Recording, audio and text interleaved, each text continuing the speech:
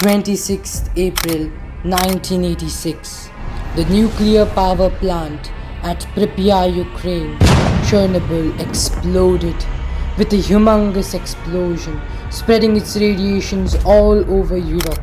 Till today, the place is inhabited, where thousands evacuated.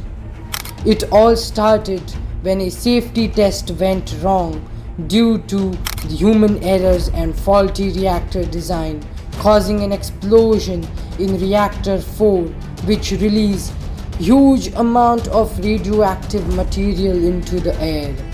It was one of the worst nuclear explosions history has ever seen, leading to deaths, long-term health effects and widespread environmental damage. Thank you. Make sure to like and subscribe.